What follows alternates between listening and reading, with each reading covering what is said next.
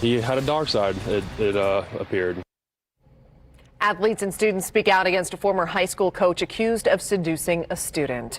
They're also commending the victim for bravely stepping forward now. James Betts was an assistant track coach at Franklin Community High School. Wish TV's Dan Klein joining us now from the newsroom. And Dan, the victim had remained silent for years until she found out that Betts was back to coaching. Yeah, she came forward and contacted the school district the same day she found out James Betts was back with the district. His former athletes are stunned. Their old coach now faces 4 counts of child seduction. 100% surprised, yeah.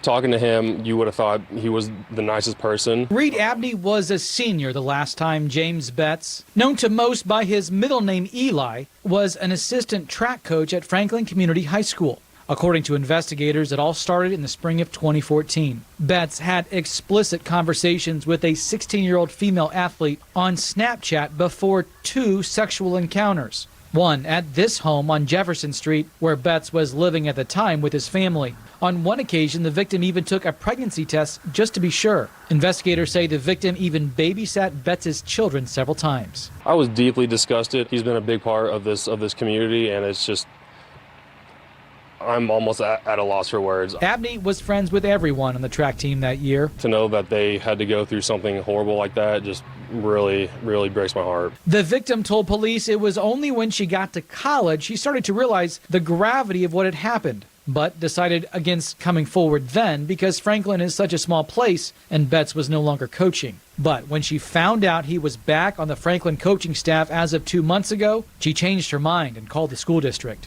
eventually leading to police involvement. It's a decision applauded by Abney and others. I think she was very, very brave doing that.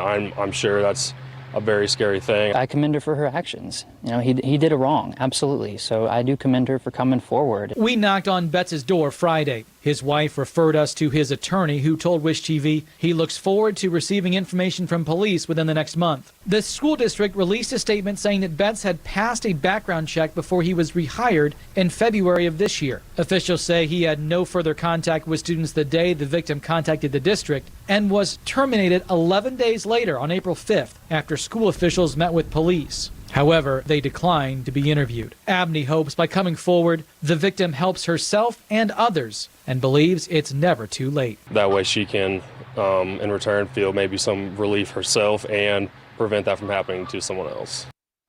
The victim is now either 22 or 23 years old. Eli Betts told the police detective he had many affairs, but always with people his own age. He also said at one point he and the victim had planned to get together after she graduated high school. Reporting in the newsroom, Dan Klein, Wish TV, wishtv.com, and be sure to follow us on Facebook.